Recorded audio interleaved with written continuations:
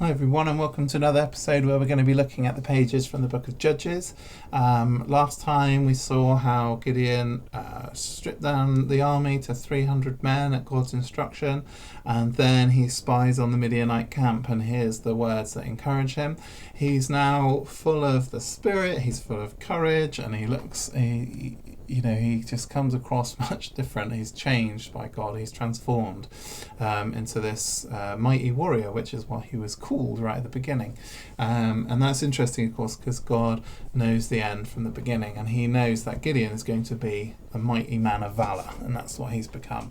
So here he says, "Watch me and do likewise. Behold, when I come the outermost part of the camp," and then he tells them, you hold the thing, you blow the trumpet, you smash the thing, it makes the light and all that, and he gives them the lowdown, and he says, "And we'll shout for God and for Gideon," and then they take up their positions.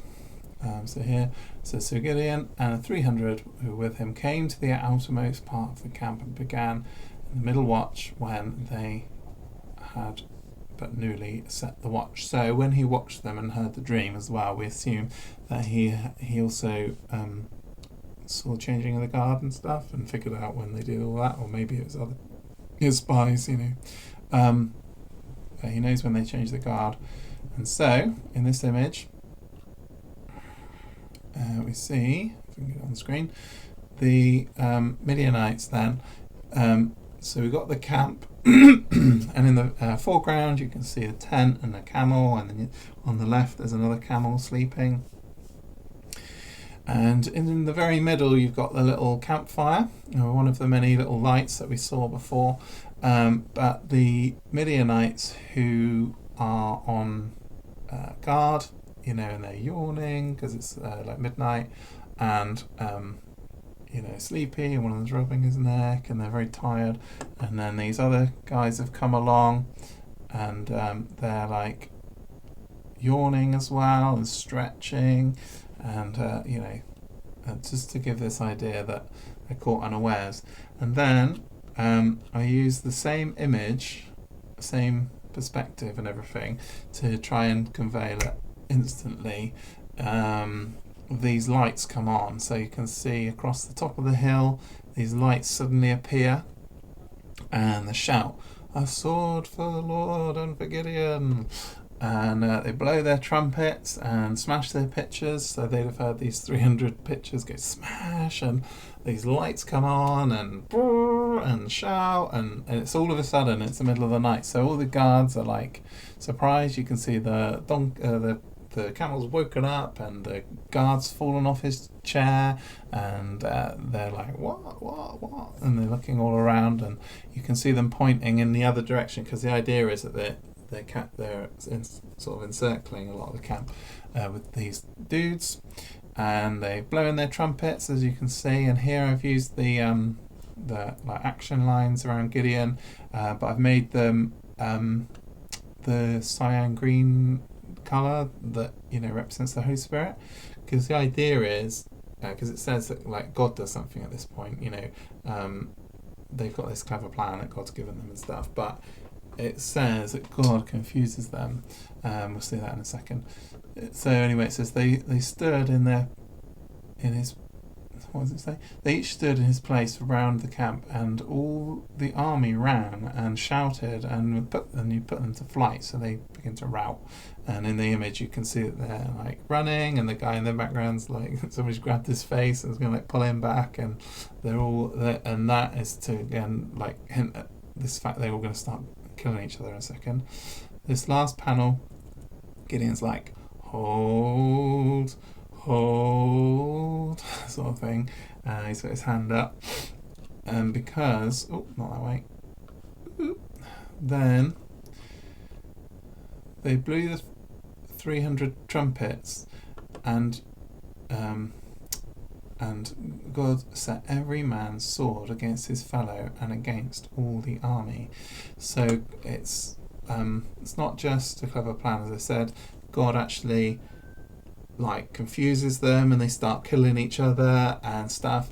So in the image you can see that there's an an old like Midianite guy.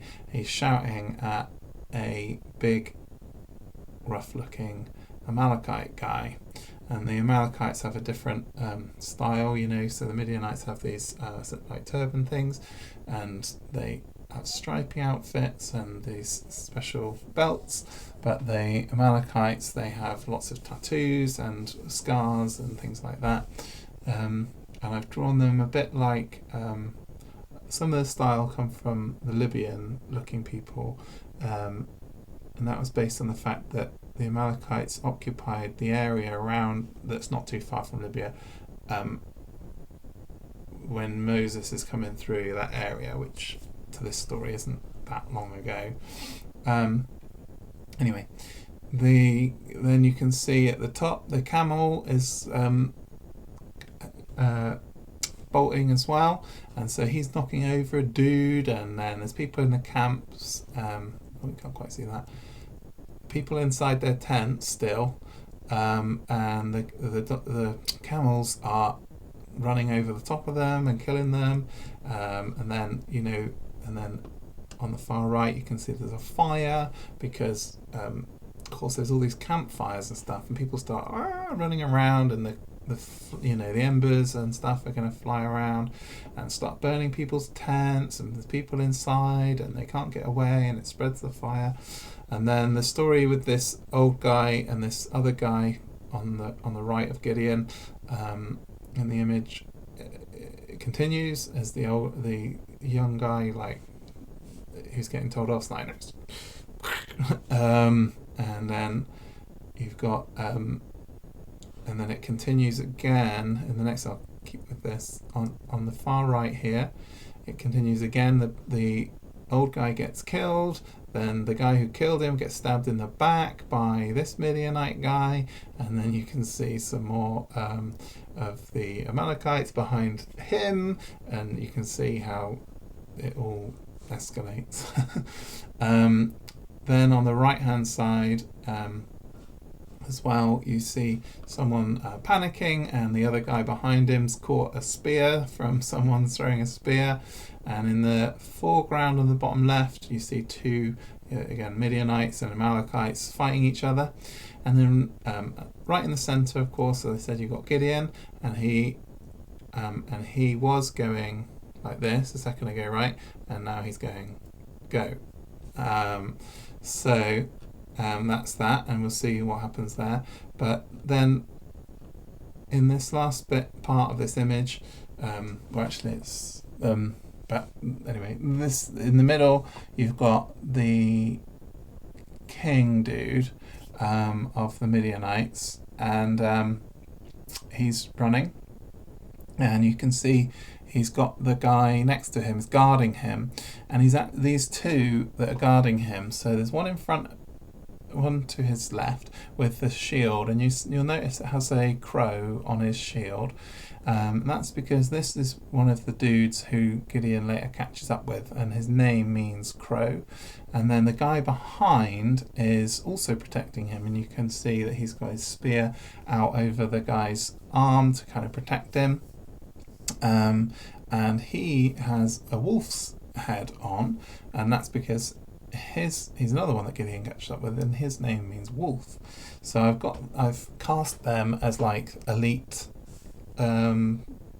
bodyguard general dudes, and they're trying to get the king out of this situation. So they're keeping their minds about them and getting him out, because the thing is, the king does survive, so he's not killed by this chaotic fighting.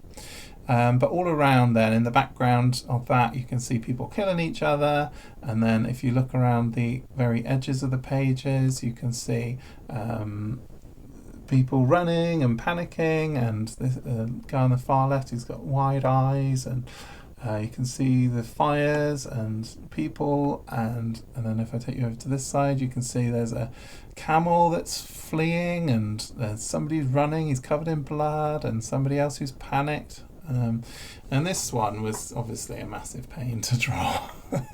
But as much as it was a massive pain to draw, it was doubly a pain to colour, and that was done by Leslie. And she did it over a long period of time. She basically did a lot of it, and then she left it for a while, and I put a lot of comments on, and then she took like a week doing other pages, and then she went back to it and she did it for a bit, and I put some more comments on it, and then she did a bit more, and then I took it and I did little finishing touches to it and stuff, because it's just so much to colour on it. But it is a really good page in the end, and there's a lot going on. Okay, we're almost at time, so we'll probably only kind of cover this page today.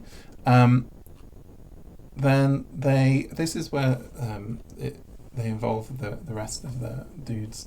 So it's not just the 300. The 300 are used to rout the army, but then the army fled, and it's as far as Sita towards Sura and the border of blah blah blah. So I've drawn an arrow on the map which shows the group fleeing, and the Midianites are in red, and you can see that Naphtali, Asher, and Manasseh